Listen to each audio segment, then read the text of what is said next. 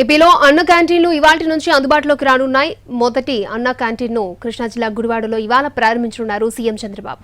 గుడివాడ రామబ్రహ్మం పార్కులో అన్న క్యాంటీన్ను ప్రారంభించిన తర్వాత పేదలతో కలిసి భోజనం చేస్తారు సీఎం.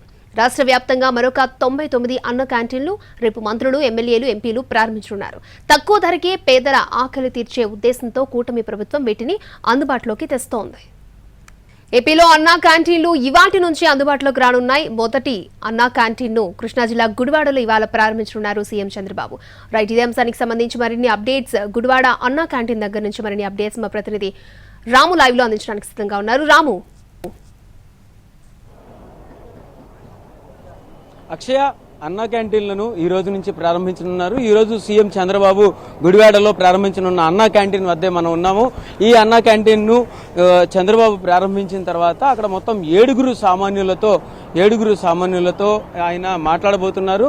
5గురితో అక్కడ అన్నా క్యాంటీన్ లోపలే అక్కడే వాళ్ళకు వచ్చిన తర్వాత అక్కడే వాళ్ళతో మాట్లాడతారు.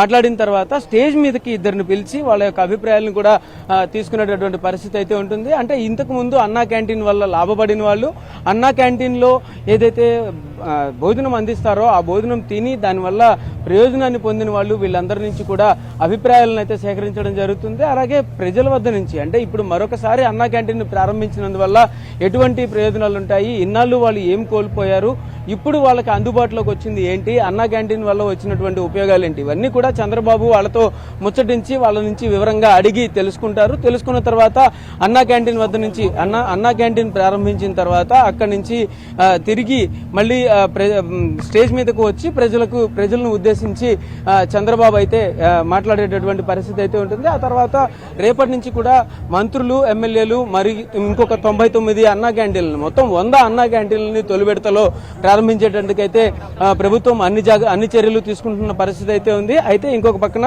ఇప్పటిదాకా అంటే గత ప్రభుత్వంలో అన్నా క్యాంటీన్లను తీసివేయడం వల్ల వచ్చినటువంటి నష్టాలు, అన్నా క్యాంటీన్లను తీసివేయడం వల్ల పేద ప్రజలకు చాలా నిరుపయోగంగా మారింది, పేద ప్రజలు ఇబ్బంది పడ్డారు అనే విషయాన్ని కూడా ప్రజల్లోకి తీసుకువెళ్లడం. అలాగే ఇప్పుడు అన్నా క్యాంటీన్ ప్రారంభించిన తర్వాత అంటే 5 రూపాయలకే భోజనం ఇవ్వడం వెనక దాదాపు 27 రూపాయల వరకు కూడా ఖర్చు పెట్టడం, దానిపైన ఇంకొక 18 రూపాయల సబ్సిడీ, మొత్తం మీద 55 రూపాయలు పైగా కూడా ఖర్చు పెట్టి ఇక్కడైతే మాత్రం ఖచ్చితంగా దీనికి సంబంధించి అదనంగా ప్రజల కోసం ప్రభుత్వం వెచ్చిస్తున్నటువంటి పరిస్థితి అయితే ఉంది. దీనికి మంచి భోజనాన్ని ప్రజలకు అందించడానికి కూడా అన్నా క్యాంటీన్లను అయితే అందుబాటులోకి తీసుకొస్తున్నారు.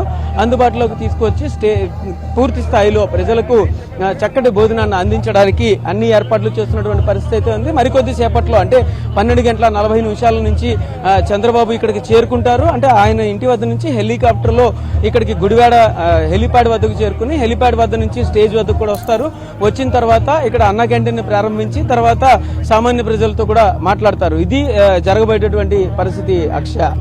ఓకే రాము.